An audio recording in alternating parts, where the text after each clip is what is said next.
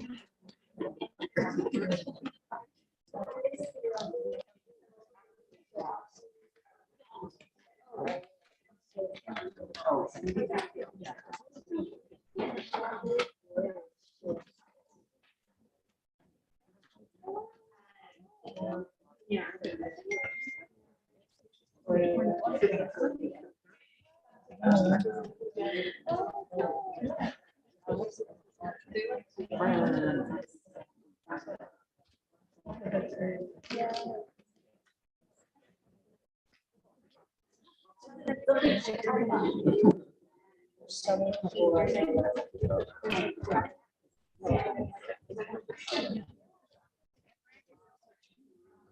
really cute stuff. I would think we would add it. Or there's like some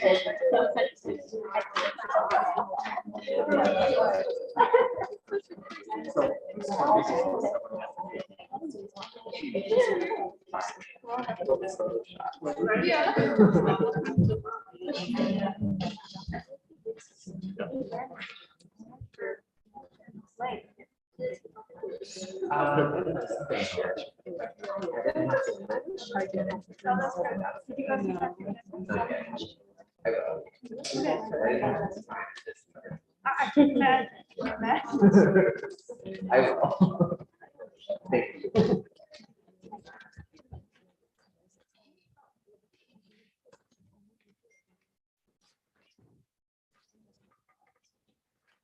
Hi, everybody, welcome. Thanks for being here, and hello to our remote audience. My name is Dan Fruit. I teach here at the Department of Arts and Cultures and Dance, and it's a pleasure to welcome you to this 2022 UC Regents lecture by Emily Johnson. We're going to start, as we always do, with the land acknowledgement.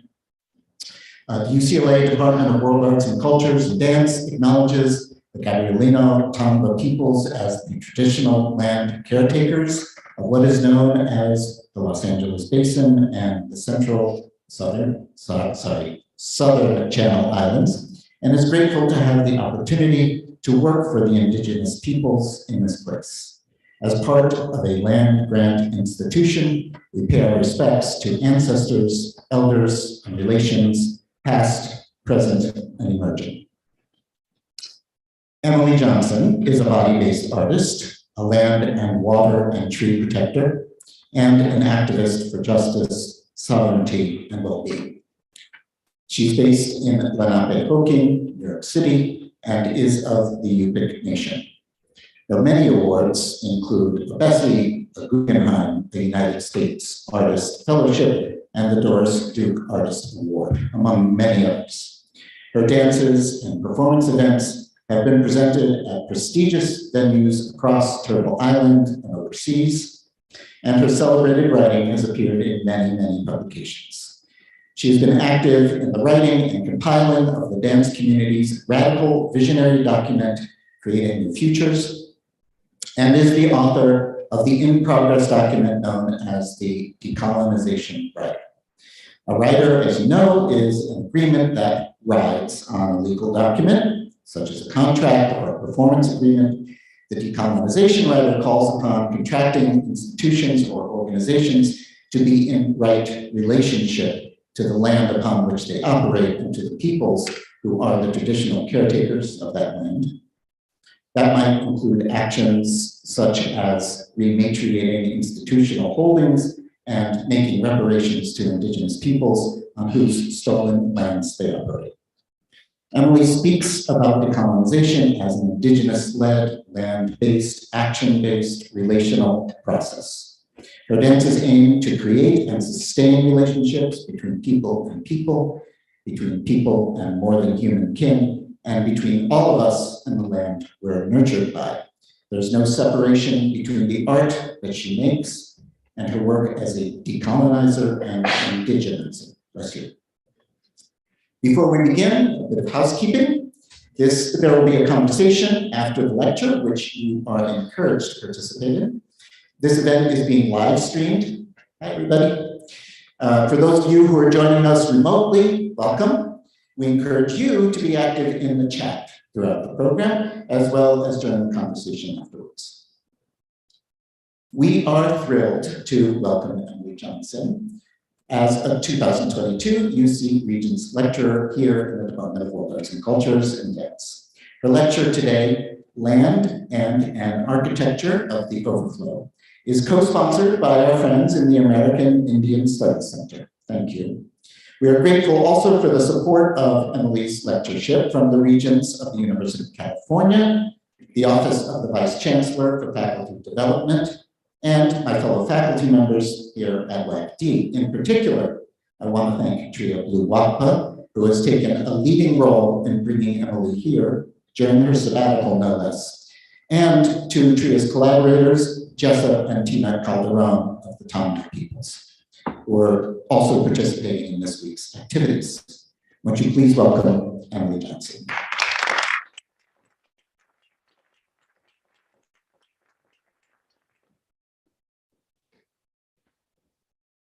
Hi, everyone. Thank you so much, Tria and Dan, Jessa, and Tina, George, Ivy, Spicer, and travel with. Thanks you all for being here. I'm Emily. It's nice to see you. Nice to be with you. And I'm gonna ask that we all just start by taking a breath.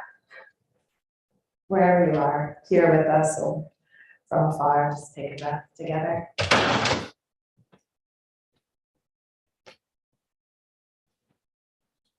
And here I can feel the land underneath this marley and this floor, this Tonga land. And so maybe those of you sitting here with me can also kind of root through your feet, maybe through your butt if you're sitting, and just feel the land supporting you. And those coming or maybe listening or watching from afar could do the same where you are.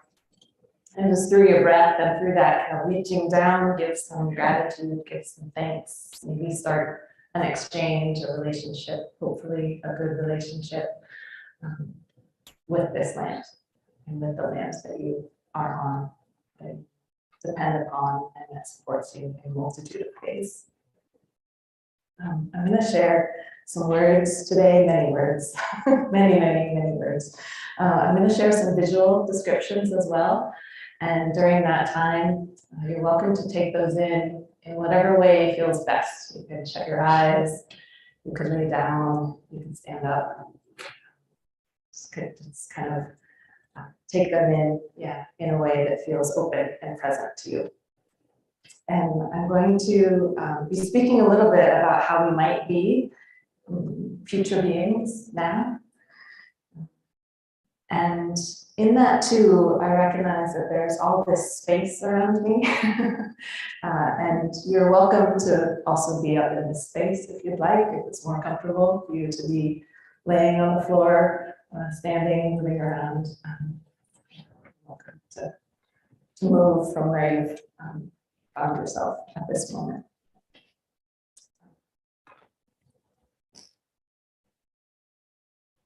So we are the intermediaries between breath, between airspace, between those who can breathe and move and those who can't anymore.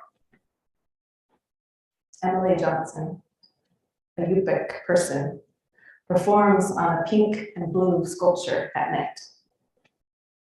Someday, the civil rights and sovereignty of Indigenous peoples will be recognized in relation to land. Emily is crouched low on one leg. The other leg is reaching beyond the edge of the sculpture and into the air. Emily is gesturing with her arms, and her hands frame her face. Emily's head is reaching up, and it seems like she is telling a story. Her eyes are closed. Someday, power imbalance and extraction will not be the default relationship in our working lives. Someday, the theft of and abuses on and lack of recognition of Indigenous land and water will not be tolerated.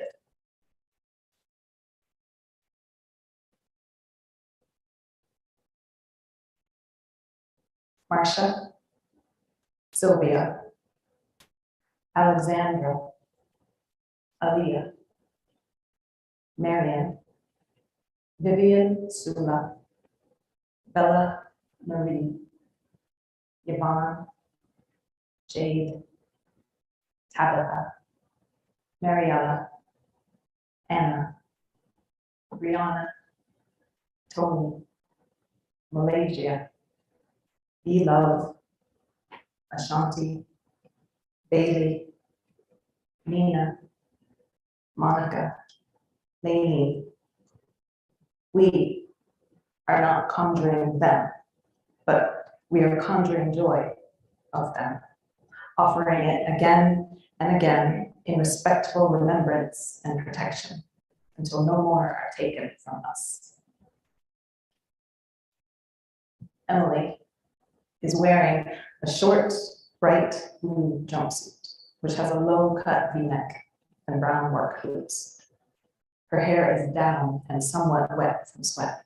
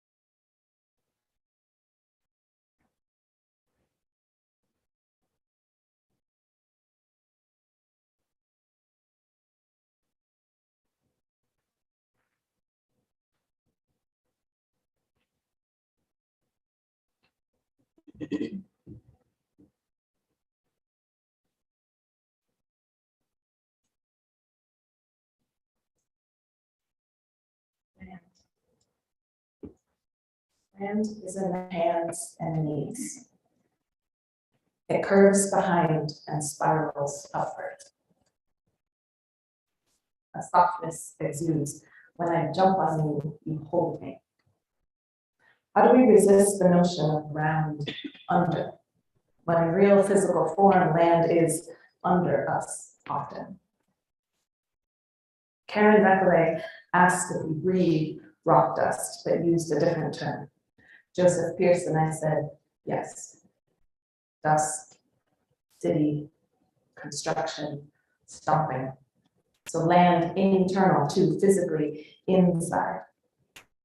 There are more directions than north, south, east, west, and we still have gravity to contend with, how it creates a down and an up. I have moved all of my cells in a focus and tension. When I stomp, I think of the ground lifting up with me. This is the closest to flying I have come. So this rising stomp.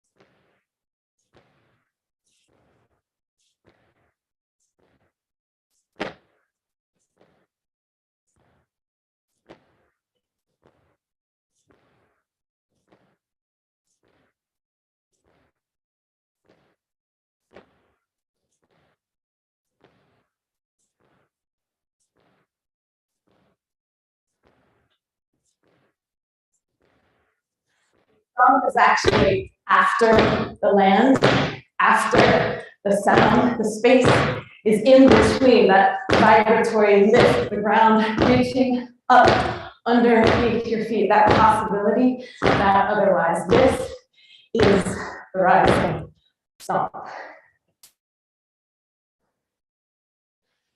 Somebody I danced with, Stacy Lynn Smith, is grabbing bits of that rock stardust, jolting the land with elbows, a circumference around herself bigger than herself. We shut our eyes when we want to go further. We, meaning dancers, I guess. So this is me making this dance. We are the intermediaries between breath, between airspace, between those who can breathe and move and those who can't anymore. We are not conjuring them, but we are conjuring joy of them, offering it again and again and again in respectful remembrance and protection until no more are taken from us. I need you to remember. So if it's necessary, please shut your eyes. Inhale. Marcia, Sylvia, Alexandra, Aaliyah, Marion, Vivian Sula, Bella Marie, Yvonne, Jade, Tabitha, Marietta, Anna, Brianna, Tony, Malaysia, Love, Ashanti, Bailey, Nina, Monica, Maylene. I need you to remember when they were breathing. To be clear, these are missing and murdered Indigenous women, girls, trans, and two-spirit people. These are Black women, Black, trans women, all women and femmes killed in the ongoing genocide and extraction of women and femmes from Indigenous land. We don't have a climate crisis. We are experiencing centuries-long consequences of settler colonialism and racial capitalism.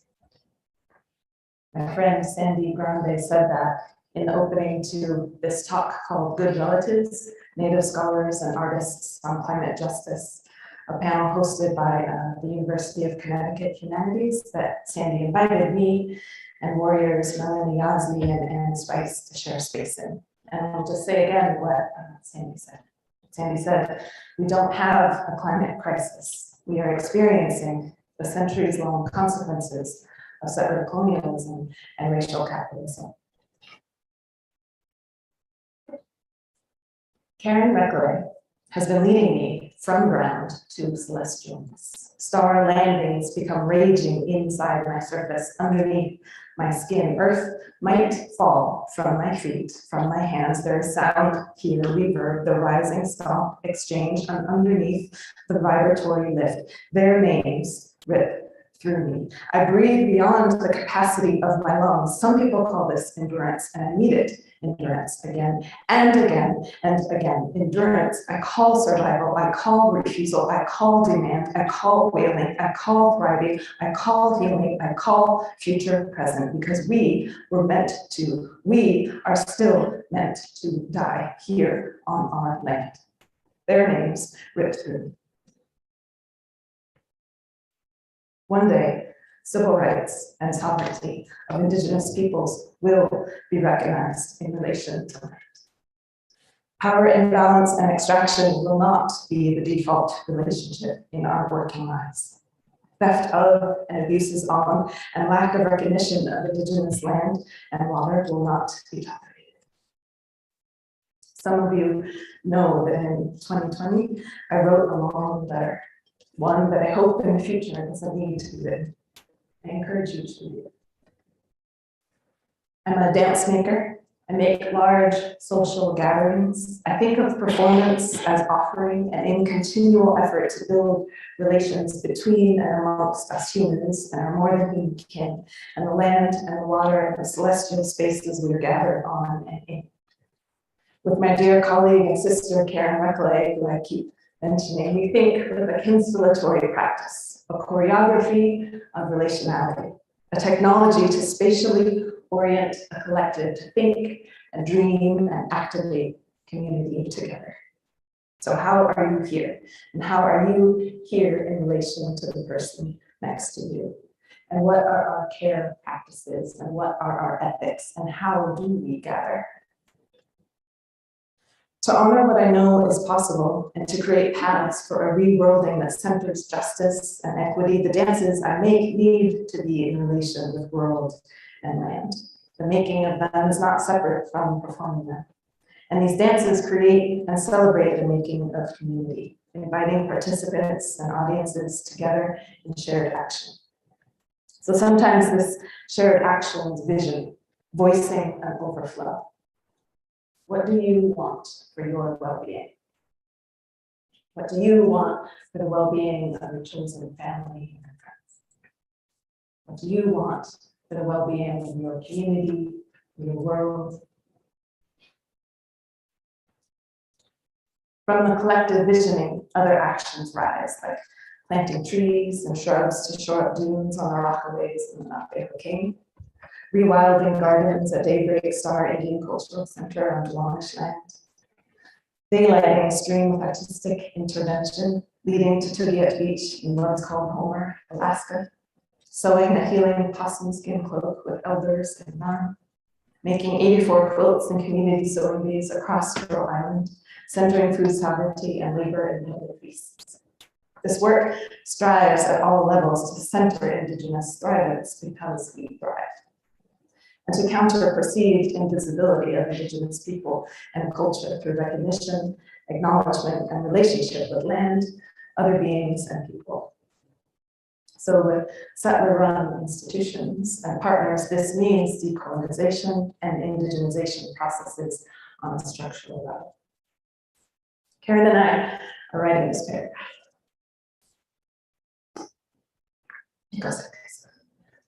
This making and this matter that comes, an invitation to alternate forms, ways of moving tentacularly. It's like ways of moving tentacularly, as Julie Burrell has named, that nourish the constellatory as we reach into different shapes of gathering.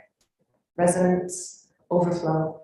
There are no prescribed lines here, no circle per se, but processual gatherings of care and protection that become portals into an otherwise space-time.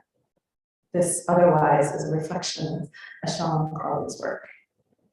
I have asked us to do this, to travel through space and time, through the matter of buildings, and to be in two places at once. It's all part of how we relate to land and the stomp and the gather here.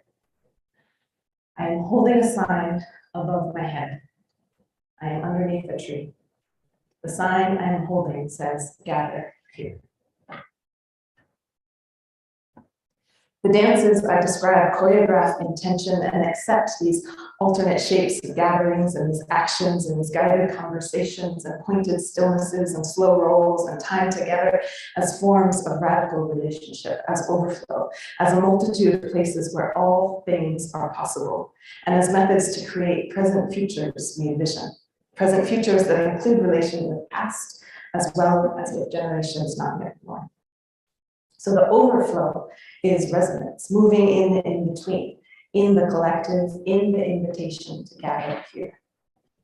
Can the overflow become supported beyond the moment of the performance gathering, beyond this moment now?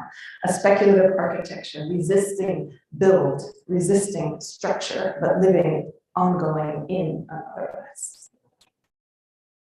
So much love and gratitude to Karen McElroy and Joseph Pierce, Ivy Castellanos, Camille Georgensen Usher, Dylan Robinson, Jane Anderson, Nicole Wallace, Colette Denali, Montoya Sloan, Janetta Castro, Joe Whittle, River Whittle, Melissa Shagger, Raven Chacon, Holly Nordrum, Amber Webb, and the work of others not named explicitly right now, with whom I cherish thinking and being alongside and with. So I have been moving myself along the circumference of the outer branch spread of trees. My colleagues notice how the tree is organizing me. I'm trying to pay attention with all of my senses and cells. And it becomes curious to think that we humans are the activators, that we humans are the designers, that we even know when something begins and when something ends. Is the tree moving me? Is the tree gathering me? Dylan Robinson asked me this.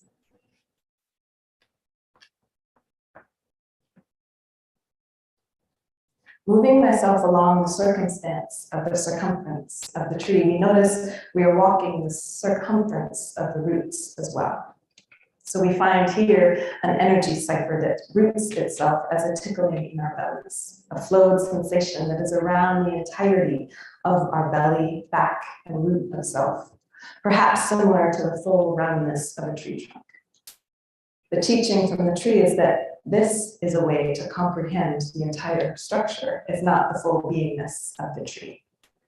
Structure is not in this moment right up next to or touching the trunk or the tree or the bark. The closeness actually exists in this otherwise space that aligns tip of top reaching branch space to tips of underground reaching spreading root space. Root as branch and branch as root. Moving along the energy space of the cipher that simultaneously reaches up and reaches down along the path of the root branch spread is vital. A learned process of decolonizing outside space. Walking over or across the buildings makes sense and lessens the matter of the buildings. The buildings don't matter. They become and are less important, less material, less permanent than this cipher space of and with the tree. So picture this, yourself and the tree. And you find yourself along underneath one of the outer branches that is reached way far away from the trunk of the tree. And you start to move yourself, walking, or rolling, or moving in any way, following the outer branch spread of the tree.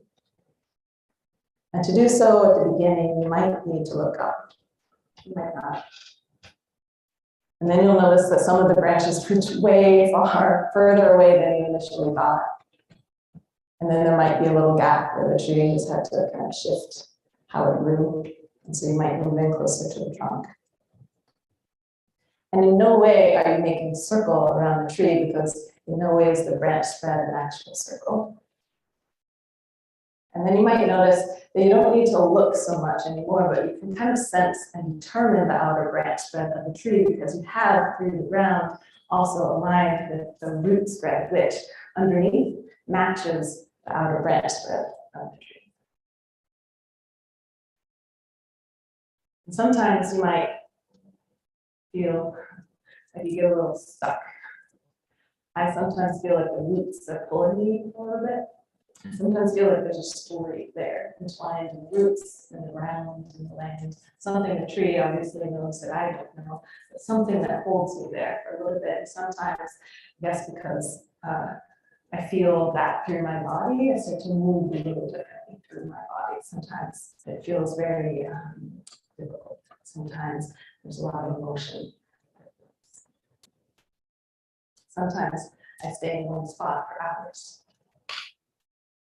You continue to move along the outer branch spread and the outer root spread of the tree.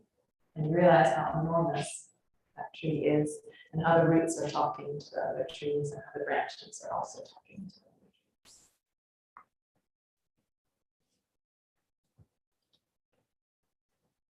When I'm inside, I'm always thinking of the ground underneath, the rising stump, an invitation to a reorientation. I perceive change and future as coming from inside, inward, within, as in it is something make, meet, determine. So is the collective inside a place we can gather to create an outward together?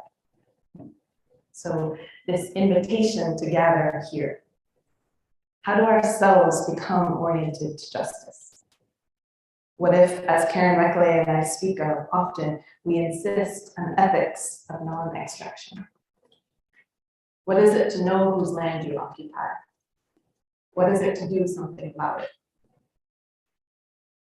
The letter, I hope in the future, doesn't need to be written, was written, so that we, arts workers, audiences, presenters, funders, and a broader public can examine what exists. So we can build processes and relationships forward that are equitable, justice-centered, and decolonized, rather than stay in systems and experiences that perpetuate violence and extraction. That letter was written about one person's experience, mine. That the institutional response was an abuse of power entrenched in white supremacist values gave multitudes acumen to witnessing said abuse and refusing. A collectively authored arts worker solidarity letter exists now, hosted by Creating New Futures and signed by about 1,300 people. And in it, it says, Montclair State University's response is an expression of settler colonialism. It is not an outlier. We cannot stand by while it continues. It is not an outlier. How do ourselves become oriented to justice? Abuse, protected, defined, measured toward expansion and profit, against care, community, civil rights, human rights, self-determination, sovereignty, culture, life, and land is a strategy. Cultural, educational, nonprofit institutions in what is called the US are based on these settler colonial logics. And so if these institutions are permitted to continue to exist, including Montclair State University, if they continue to be funded, to be attended, whilst they remain in these logics, relying upon an extractive ethic for their continuance, then they teach and make possible further destruction of Indigenous lands, further extraction from and harm to Indigenous and Black and other communities' minds and lives. Sarah Kaufman teaches us how institutions bury complaint, render complaint harmless, as they defend to me what is most abhorrent, their quote, property. The physical space, the campus, the intellectual property, the web domain of the institution, and everything learnt or forced or silenced inside becomes entangled in their version of power. It becomes inescapable, and that replicates harm. We cannot stand by while it continues. As a public land grant university, Montclair State University needs to return public lands to Indigenous peoples through land back processes. This is one of the calls to action in that arts worker solidarity letter. Their collective calls to action are a powerful and generative path forward, not only for this one specific institution or for the broader performing arts field, but also for the extensive nonprofit and for-profit extractive industrial complex. UCLA is a public land grant institution, so the sentence could also read, as a public land grant university, UCLA needs to return public lands to Indigenous peoples through land back processes. And let's be clear, every little bit is a success story, but when we mean land back, we mean all of the land back. So what if we do insist on ethics of non-extraction? Can this be our solidarity, our reorientation? Amber Webb, a friend and a fellow Yupik artist and activist, honors missing and murdered Indigenous women, girls, trans, and two-spirit people. Amber draws their portraits. Their names rip through me, and I breathe beyond the capacity of my lungs, but I cannot comprehend what Amber's body transforms as she draws the lines and makes the marks. Amber's gestures of calling, a healing imprint, making the shapes of their eyes and their lips and their noses and their faces. Amber's cells working in this otherwise overflow oriented to justice. I imagine that a portal space must come into being between the portrait revealing itself and Amber's hands. A space protected and alive where we are all being future beings. Amber has screen printed these portraits onto massive cusps, larger than any human could fit. Prayer, function, a tentacular exhumation of our grief, larger than we can hold onto this grief. Big enough to fit entire villages into this garment, a speculative architecture too, where our beloved are honored, held, healed, danced for in that way that conjures joy forward and present. The cusps are an archive of transformation, of community process and conversation, and their law too. They presided over testimony for HR 10 in 2019, a resolution in support of Savannah's Act, and over testimony for VAWA, the Violence Against Women Act, with specific inclusion for Alaska Native women who had been excluded before. Angel Okuna, Nia Celeste Clark, Linda Leveja, Denisha Macklin, Annie Minghao Lin, Angelica Mambo Bjorn, Ashley Pierre Lee, Katrina Reed, Kim Savarino, Sasha Smith, Stacy Lynn Smith, Paul Tsao, Kim Delsey, Sugar Vendel, and Emily Johnson perform on a pink and blue sculpture at night in Queens in the Navajo Cave in July 2020. Natane River, who is from the Caddo and Delaware Nation of Oklahoma, wrote for this performance: to stand against this city, sit against this city, sleep against this city, speak against this city is to birth life. Under their hands is a world and breath and all possibility. I can never speak of the horror until I can, and then I do. What about the other hand holding up the first? What about the ongoing messiness of making? The forest is an archive of birth. We said that. This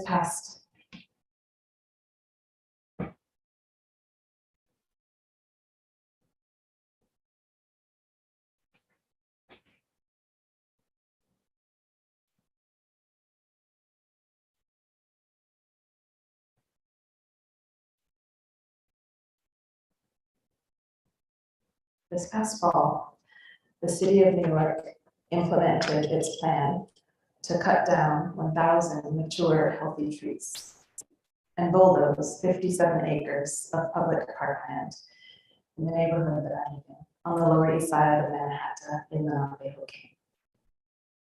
In a land grab on stolen land, the city commits ecocide. With the protection of the New York Police Department, the politician Carlina Rivera, who voted for the destructive plan, and SRG, the Strategic Response Group, an anti-terrorist rapid response unit. The SRG is known for its propensity to turn nonviolent protests into brutal police crackdowns. Let me read one paragraph. The SRG's Field Force Operations Manual includes guidelines for mass arrests, sound cannon deployment, and tactical formations like, quote, encirclement, described as a formation utilized to take a group of people into custody. Encirclement is functionally identical to killing.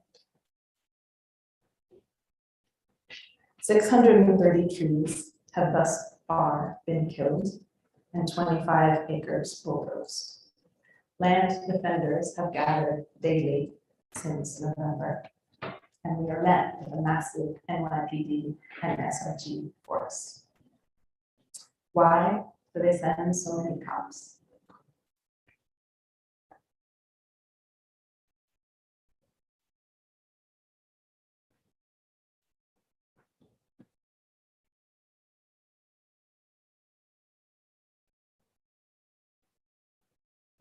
Because we are defending land.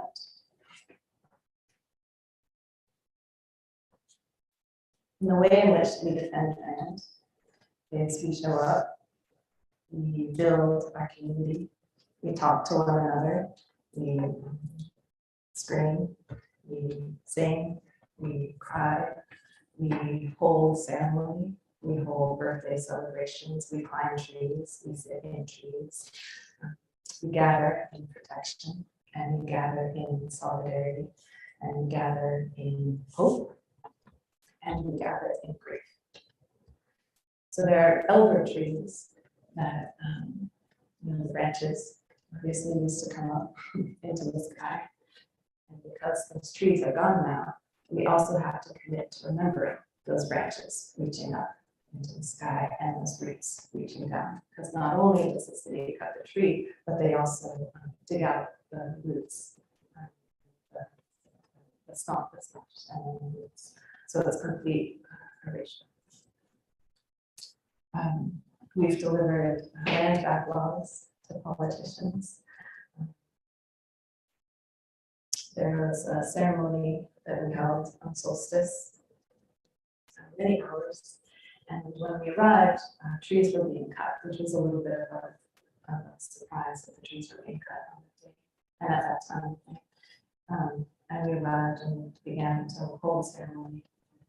And there was a hawk that day that a few of us noticed, and the hawk was sitting on one of the branches. And then when that tree was cut, they start by, it's called denuding, so they cut the limbs. And so then we're just left with this stark, very tall tree trunk. And then the hawk was sitting on top of that tree trunk that was the tree without the branches. Still alive because the tree has roots at that point, right? It could grow back. But then the tree gets cut shorter and the hawk is down on the stump. And then when the tree is completely gone, the hawk sits on structures or it sits on machinery. And it sits and it watches. And it's very much a witness along with us. The first trees that were cut down in December 2020 were on the south end of this area that they've destroyed, in an area called Corridors Hook. So at Corridors Hook, Lenape people launched and landed canoes. It's along a bend in the East River estuary. And Lenape people harvested from and traveled this estuary. And Corridors Hook is the site where Dutch settlers in 1643 massacred more than 100 Lenape men, women, and children in a concerted attack on both the east and west sides of Manhattan Island. Violence returns to itself again and again and again until it is healed.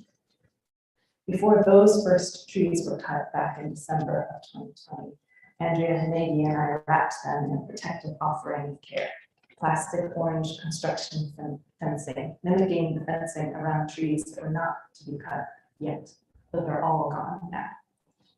It is difficult now to find where any of these trees existed. Squirrel nests and all, because, as I mentioned, the city ground the stumps away. There has also never been a landmark or acknowledgement of the massacre that happened here. The colonizing city is intent on erasure. And there's a report that is called East River Park, East Side Coastal Resiliency and Corlears Hook Massacre, Lenape Volcano, that Nathaniel Cummings Lambert wrote after a summer of research with partly with myself, partly with Jane Anderson, who's the director of Local Contexts, and partly with Bonnie Hartley, who's the Tribal Historic Preservation Officer of the Stockbridge Muncie community. And that report cites that the city of New York has not done due diligence in locating the sacred sites in the Lenape Volcano, the massacre sites in the Lenape Volcano.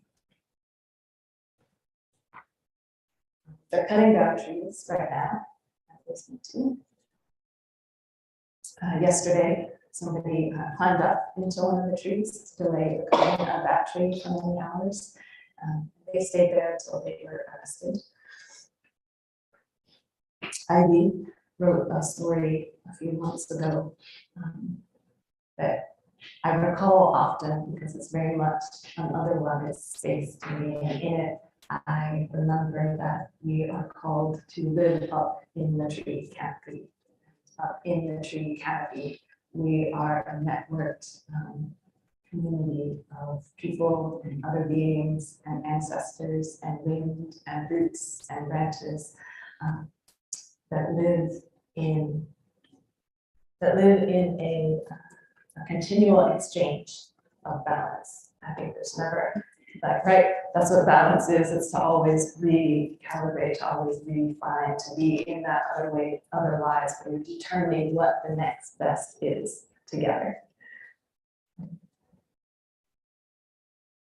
Years ago, laying on a quilt with a rambunctious child, that child noticed 5 stars above, in the middle of New York City.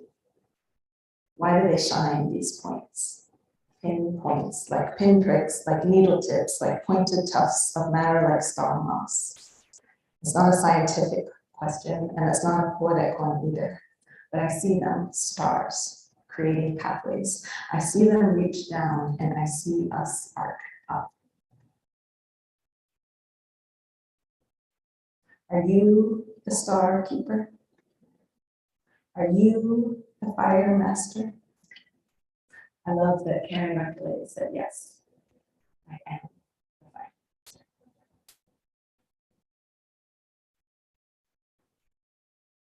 So these trees. Let go, let go, let go. Fucking that notion sometimes. Sometimes it is the holding on that is most right. This is my light. These are my stars, not mine, but yours. Inescapable, what my great, great, great grandma Kumiak pulled for. Incommensurable with your, yes, maybe your inability to see. We wear these masks in protection. And I wear this mask in survivance, and it will all look different one day. This mask, all of us, traveling worlds. So Jasmine Shorty, Stacey Lindsay, Ashley Pierre Lee, and Sugar Bendel are centering love's forces and wielding justice in consensual acts of change. And other people are asked to acknowledge land. From my position in Manhattan, Save East River Park, Track out of Brooklyn, Stand with Shinnecock, multiple neighborhood alliances fighting rezoning in Chinatown, in the neighborhood called Gowanus, on Governor's Island, on the neighborhoods of NoHo and Soho, and further from Manhattan, Stop Line 3, and Nodapple, and Protect the Arctic, and Oak Flats, and Bears Ears, and Black Mesa, and Winnemucca, and the Atlanta Forest, and the Gunnera Forest. Protection efforts are happening everywhere, all the time, and moving bit by bit by bit across the grounds and waters, and they and we are all related. The Field Museum on Ojibwe, Ottawa, and Potawatomi land, the land of the Council of Three Fires, holds nearly 2,500 belongings on display and in stacks at the Northwest Coast and Arctic Peoples Hall. This list of our ancestors sits in an envelope in my living room. Every one of these ancestors, every one of these belongings needs to be sung to and fed and talked with and prayed for and healed, and all in a different way. And I do not know all of the ways, but I do know that they all need to go home. In 2018, in this hall, I covered the E word, which is displayed prominently and repeatedly in this hall with black gaffer's tape. And now in kind of an ongoing process, we're working on tending a project of intervention that stems from this action, which is why those records, this heavy archive of taking, is in an envelope in my apartment. It's taking a lot of time to read through this list and to tend to what's next. An emphasis on a moment, rape and conquer, and taking and naming and stolen children and stolen land and outlawed language and stolen masks on walls, in exhibits, and medicine removed from its purpose. That's what the E word makes me think of.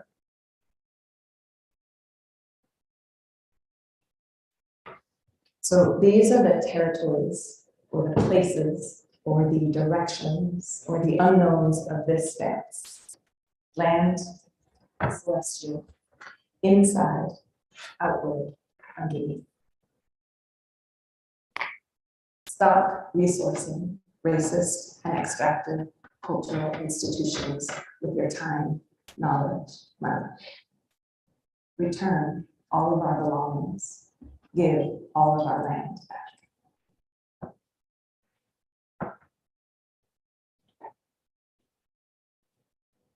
Emily is crouched low on one leg. Her other leg is reaching beyond the edge of the sculpture and up into the air. Emily is gesturing with her arms and her hands frame her face. Emily's head is reaching up, and it seems like she's telling a story. Her eyes are closed. Emily is wearing a short, bright blue jumpsuit, which has a low-cut V-neck and brown work boots. Her hair is down and somewhat wet from sweat. And the ground was above her then, all the brightnesses broken through, necessary and consistent.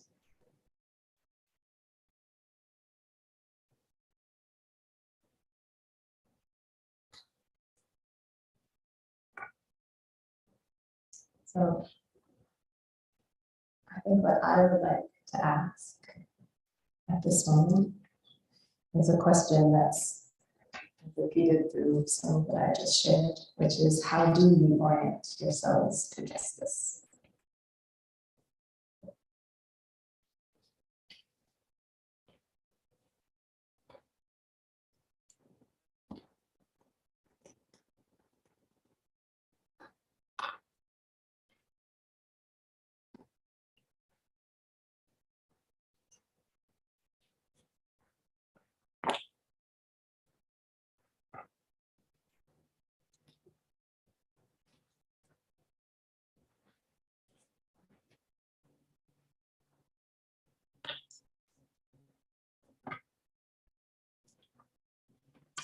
I practiced for a really long time. 2 years, rolling as slow as we could. And we would try in this slow roll to move all of our cells simultaneously throughout and in all of the layers of our bodies. And we would also try to roll down into the ground rather than across. And I think over the course of those 2 years, it kind of restructured my body to where I could, rather than funk or go fast or feel that desire to finish it, I could really relish in and understand that cellular reorientation, even if some of it was imagined. And I could start to sense how I could orient all of my cells physically in a way. And this was a long time ago. This was a physical practice that we were doing years ago. And it's only now in the latest land and water protective efforts that I've been involved in and been learning about that I try to think about how all of our cells, so those of us who are in protection, all of our cells orient to justice, but also those who are committing the crimes and or who are behind committing the crimes, the ones who dictate that those crimes get committed. How do those cells, how do their cells become oriented to justice? And that's a real question that I asked you as well. So how do your physical cells, your spiritual cells, your cells become oriented to justice? And how do we extend this orientation to justice beyond ourselves to those who we might think might never tune that way?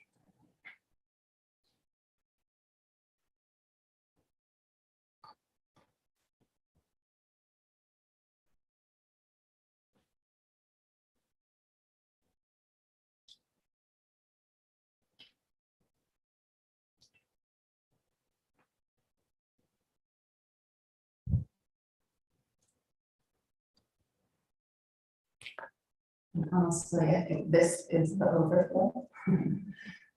That tuning and that reorientation and that question or that curiosity about how that might happen or what that might look like when ourselves are oriented to justice, that we are living in and amongst that network canopy, in trees, in branches with one another, in other lives.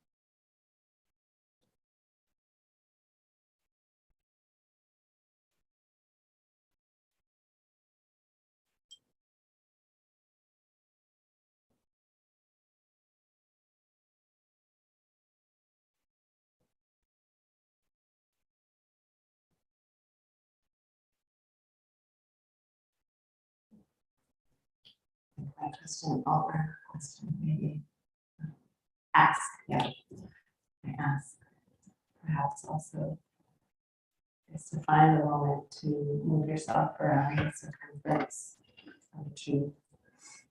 Some point today or a future time. Let's see what happens.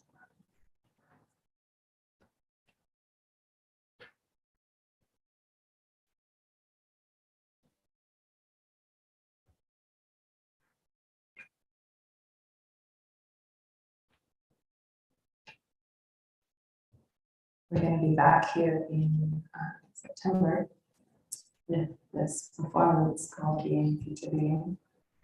And it's a performance that happens on stage in the theater. And there's an element of the overflow, which we are trying to figure how, as I say in some of the words that you shared, how to support the moment beyond that performance gathering. So how do we build the right relationships with land and people who are protecting and recreating land, that we might support those processes, those necessary processes, in a way that is living, that is networked, that is moving, that is maybe not structural, that is maybe not physical, but that is supported and supported. And so that feels very alive and also very tenuous. How do you build something without building it? That, I guess, is one of the things that me and a lot of my collaborators are thinking through and trying to hold.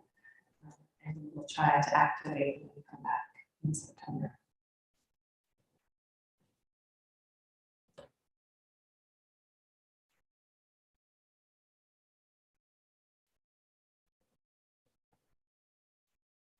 Thank you for your time and for listening and for being here. And I guess if anyone has either a question at this moment or a response to how yourselves might orient to justice, either now or in the future, yeah, either a question or a response to my question, I'm happy to hear that.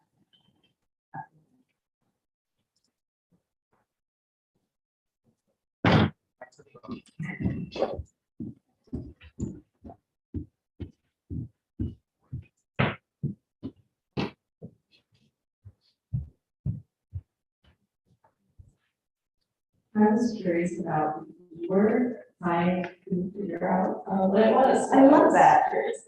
I'm so glad you can't figure out what the keyword is.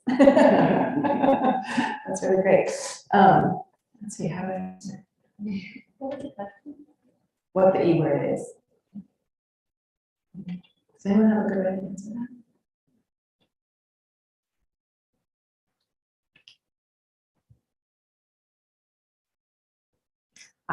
The E word is a racial slur created by colonizers to describe people of the Arctic. It's a word that we as people from the Arctic don't use. However, it is quite prominent still in many, obviously, a lot of literature from the past, and surprisingly, in many cultural institutions, very prominent. And it's a very hurtful, harmful word to see repeated and to see attached to our belongings, which we view as alive and very needing of community. So it's really hard to see that word attached to our belongings, which are stolen and are currently held in captivity.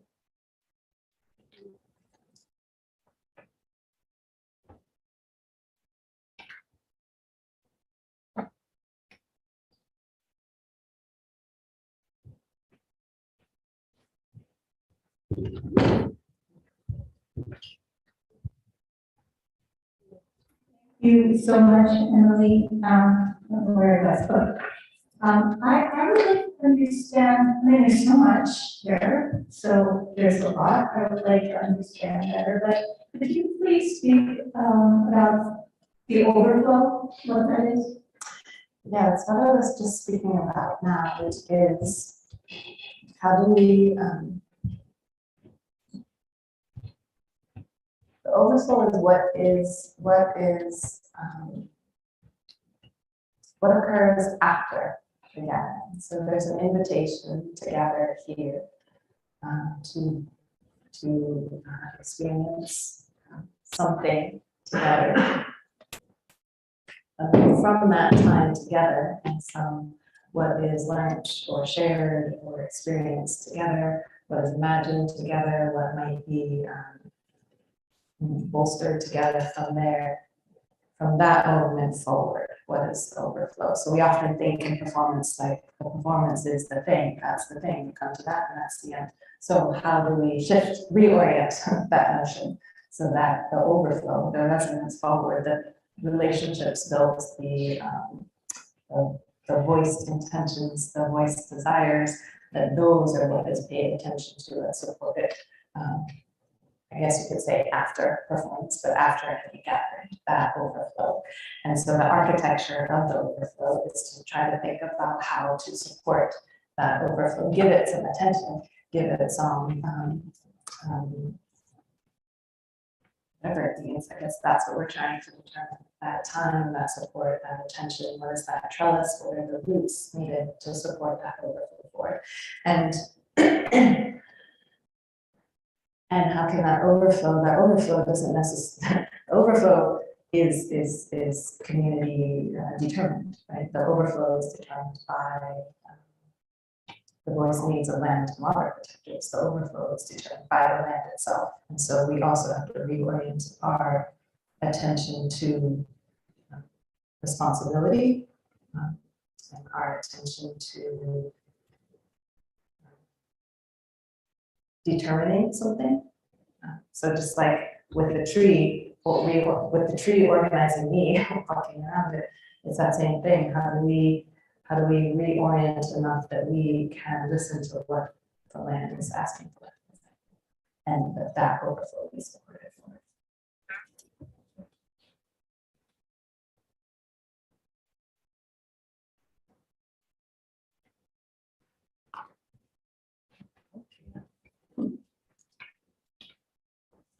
Thank you so much for that. That was so powerful and so clear to think about connections between land and body. And I don't really have another question, but I can just say some things that come to mind. And I'd love to hear your response. When you ask that question about how we orient ourselves towards justice in this context, I think there's something to like the slowness and the slowing down and the bodily practice that you spoke about. Because I feel like, even COVID gave us this space where we were home and meeting initially, there's been some promise there to slow down. But I think for many of us, it didn't happen. Capitalism work invaded our homes like even more. So I think about that, the slowness aspect and the unhurriedness and how that gives us an opportunity to reorient. And I think another thing that comes to mind is like survival. And thinking about, like survival of the most like oppressed and marginalized people in terms of like, and more than humans in terms of like justice, which also your work, with trees demonstrates. And I think too, there's like thinking about indigenous practices, there's times when like indigenous people and indigenous dances, like they become like more than human, they become that. And so there is no separation between human and more than human survival. And then I was just so struck by like this in-between space and other spaces. And it seems really in conversation and with the possibilities of that for decolonization. And it seems really in conversation with Leanne Simpson's concept of islands of decolonial love, which is like these spaces where for like these fleeting moments, you have a sense of what it's like to escape the chains of colonialism. And so I thought about that in terms of dance in general, kind of, so far. But I think what you're doing with the song or the role is, making those spaces visible and audible and really drawing, like how you're like the land is reaching up and to actually hear the earth reaching up. And so I just so appreciate how you're drawing our attention to those spaces in these really tangible ways and creating those possibilities. So thank you. You remind me, Tria, that I think it was last summer. I was back up in Alaska on Tudia Beach, and I was with my mom. My mom relayed a story to me that I read an article that said something about how during COVID, or at the beginnings of COVID, that because we humans slowed for a bit and stopped rumbling around and construction and moving so much, that people were able to feel and hear in the ways that land expresses the ground more. And that means, makes so much sense, and it made so much sense when my mom told me that. It makes so much sense when I say these words now, that, you know, we do so, we do so much in our lives that covers so much of what maybe we should pay attention to more. But then I realized in that moment, when my mom shared that story, that that's where the rising stomp came from. It must have come in that time too, because I must have heard or felt or noticed something about really at that moment recognizing what that was, because that's when the rising stomp started to build. And that rising stomp is growing in this otherwise space, in writings with Karen decorated, in protest, in dancing, in just like an awareness of you know, of land speaking for itself, and that recognition of land as sovereign. And so it's continuing. Yeah.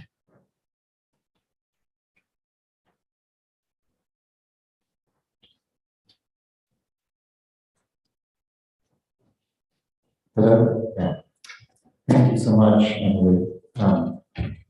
It's going to give us a lot to think about and dream about as we remember this. And I know the East River Park situation is still very, very fresh, and I'm wondering if there are ways in which the remembering of those trees is already emerging, and what form that remembering might be taken. Yeah, I encourage you all to follow 1,000 people, 1,000 trees, the number 1,000 people, 1,000 trees. It's a group of folks who are very active in showing up. We hold community gather every day. If you're in New York, you're so welcome to come. And there's still 25 acres and about 500 trees to protect. So we're also asking for folks to come and help us in those protection efforts. And in remembering, I guess we think about, so 25 acres is bulldozed. Currently, there's toxic soil that's exposed. It has high levels of lead and mercury, and the correct mitigation when you have toxic soil, there's certain things you're supposed to do. You're supposed to cover it. You're supposed to keep it wet. You're supposed to stop it from going around and getting people alone.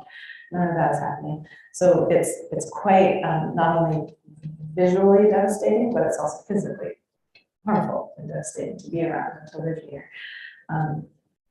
And not to mention the effects of cutting down 1,000 trees is felt worldwide, really, because every tree cut impacts the atmosphere and impacts climate change and global warming, as well as the other animals and others who depend upon those trees as living spaces, and all the other, you know. So we envision so I think there's a process of visioning what can that, what is now turned into this devastation area, what could that be? What could that be? Rather than the city's plan, which is to build a concrete levee and most likely buildings, what else could happen? So trying to bring otherwise into very physical reality here and stop a colonizing city in their real estate development scheme. So that's one way, and that's one way I think to honor those trees that have lived there for a very long time. And to also think about the ways in which the trees, the roots, the mosses, the animals, insects, everything that lived there, everything that lives in places where destruction happens, like the recognizing and recognizing the depths of knowledge that those beings have that might be different than the kind of knowledge that we have in relation to a place. And so figuring out what our relationship is to that knowledge, you know, and to that and to what is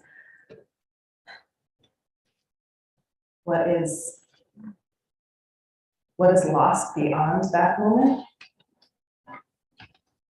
You know, like, there's a sacred site that is being desecrated again. And we have to sit with that and try to understand why is that happening again. Yes, violence returns to itself again and again. So we know that. So how do we interrupt that violence? How do we stop that violence? Maybe that's part of that question. How do ourselves belong to justice?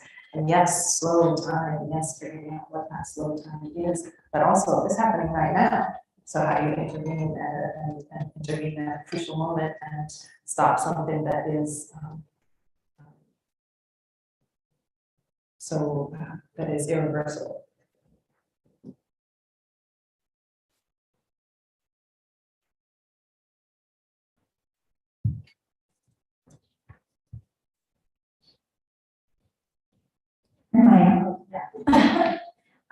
Again, it's just so much to sit through. I feel as though I want to have this discussion like later today, once I spend time with everything. But I want to go back to your question. What did you say? How do you orient yourselves to justice? I'm just thinking about our slowness to respond, and why I want to jump up and say, this is how I orient myself in these different ways to justice. I think that what's going on for me is thinking about you being here at UCLA Langdon University, and you're in your presentation today drawing attention to the parallels between their state and UCLA, and how it is that we all here are both part of an institution, are all part of an institution that is simultaneously oppressive and simultaneously liberational, and how it is that we manage thinking about holding all of that together. And so I almost felt like I can't really think about your question without feeling like I need to respond as a professor of dance at UCLA. So rather than just, I think I am responding to your question, but I also wanted to ask you how it feels to be here with us doing your work here, I don't know, a few years later at UCLA. Thank you. Like I mentioned, whenever I'm inside, I'm thinking about the ground underneath. I'm also thinking about these walls gone. I'm also thinking about the sky above, and like in a very real way. So I think about the after of, for example, this building being here, and I can't always necessarily visualize what that after is, but to me that is hopefully, or at least in the efforts that I think many people are galvanized toward, that future is very different from this one, right? It's very like we are working toward a liberated future. We are working to be we are working toward a liberated future. And by future, I also mean now. So yes, the liberated future, but like, how do we have that now? How do we build that, exist in that liberated future right now? So that's part of being a future being, is to be in that future now. And so while we exist within these oppressive systems and structures and perhaps even buildings, what is just outside these walls, and how do we what do you say, Ivy, about building and then knowing how to dismantle? I think you're referring to, you don't know how to deconstruct anything, and you must know how it's constructed. The practices. So literal, but also. So deconstructing, which, as I already said, we can deconstruct and see how to build as well. So there's something about being inside the structure and also knowing how to deconstruct the structure at the same time. And so I come in with the decolonization rider, maybe that's part of my deconstruction, right? I know how a colonial system operates, I know how university operates, I know the oppressive and abusive nature of them. I know the white supremacist roots of them, particularly in the Grand University. So the decolonization rider is partly protection, and it's also a systems total change. A partner, an institution, an organization for me to be here, has to have some alignment with, it's not a checkoff box, but there has to be an alignment with the processes that the decolonization rider is asking for. And it's multi-many layered. Even in this talk, there's like a contract we haven't signed because we haven't figured out what the right, because what I'm saying regarding intellectual property and knowledge of Indigenous peoples, to the right for us to hold that knowledge and for us to properly hold, disseminate, share, or not share that knowledge is very different from what in general a university will write in a media release or a waiver, right? And so we're still in negotiation about what that is. So it's ongoing process. And I think I think it's exciting and it's fun to also speak with people who are within, and it's like, I come in, then I get to go. A lot of you are here for a lot longer at a time. So what can shift here with your being here, with your presence here? Because we're always also trying to make change for those who are coming after us. So what walls are you going to take down, or what shifts, what systemic shifts are you going to make? Until we get to that point where land back is land back, and the people from here are the ones who determine what that looks like and what that means, and the land itself determines what that looks like and what that means. So I think it's in process, and to me that's exciting.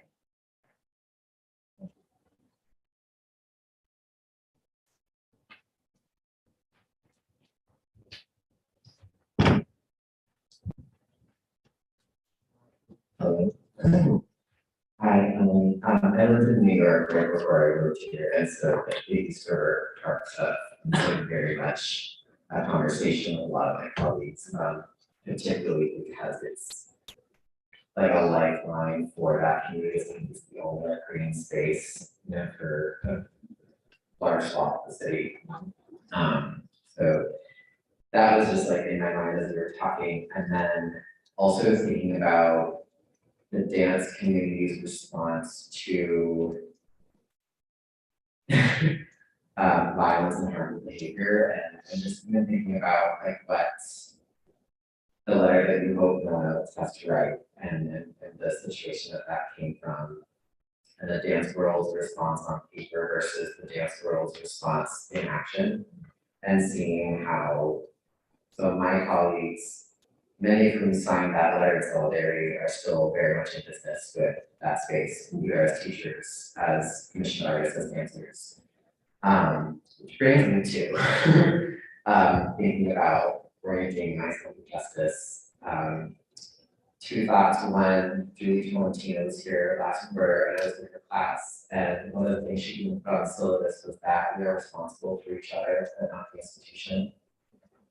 And so that's something that I think about a lot, especially as a TA here, especially as a queer person, as a white person on a campus. It's that, and also the difference between being an ally and being an accomplice, and how you can actually just like that change of words is actually quite powerful.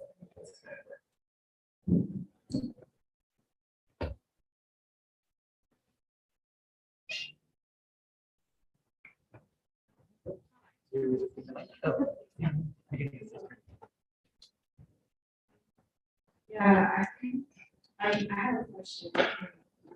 Thinking about orienting yourselves to justice and where ego lives there, and what your opinion is on that, because I wrestle a lot with my positionality and activity when it comes to social justice issues, and what I care about and who I care about and who gets care and when and where.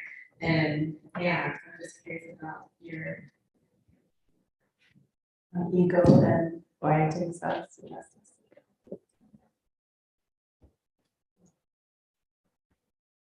As you were talking, I was thinking about gatherings.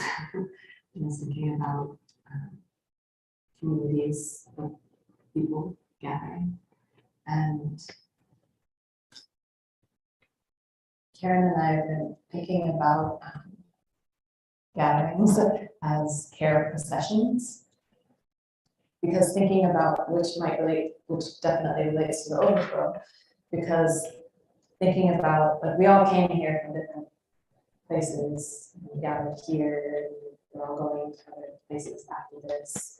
And so how can a care procession extend beyond this particular gathering here, but include that coming to and that going from? And so in that way also, when does something begin and end? And is a question.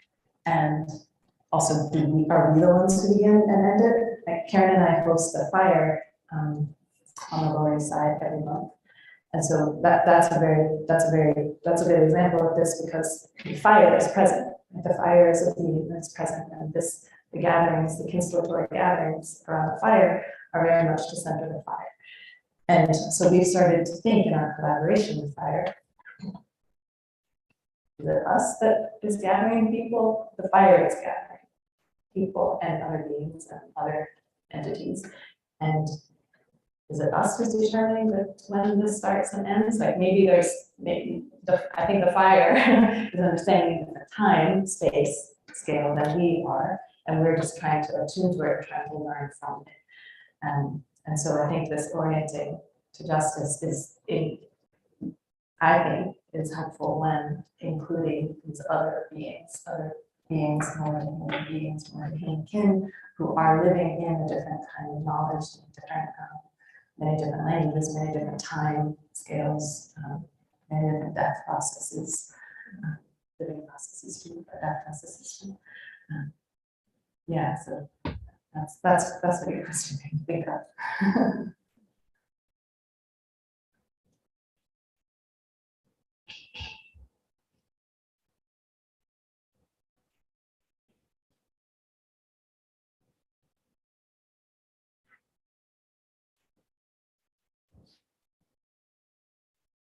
Also share, if you mentioned Amber Webb, their Instagram site, I think is Amaric Inc. is how you write it.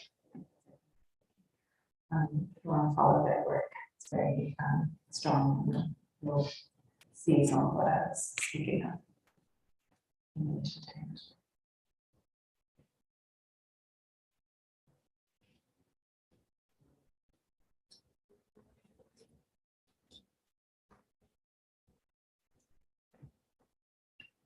Thank you all again for being here, for coming. We'll see what happens after, when we leave here.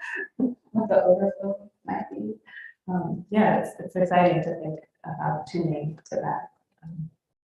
Even on our first meeting and on our first adventure.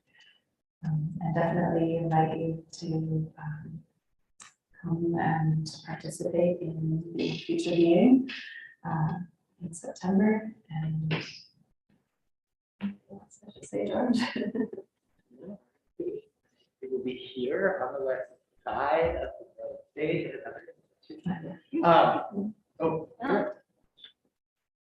There are people out there. Yes, so this work that Emily refers to, the performance aspect of her work, will it's coming to the road stage at Santa Monica College, September 8th, 9th, and 10th.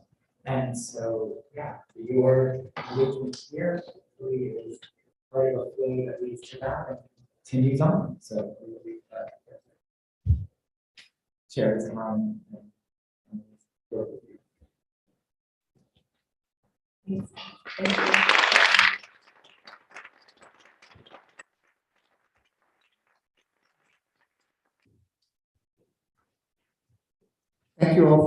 here, and please spread the word. Emily will be in Peter Sellers' class later this week, and I think it's 6 to 9 on Thursday, I'm not sure. Yes, 6:30 to 8:15. Thank you very much. 8:15, okay. Thank you so much, Emily and George. And I.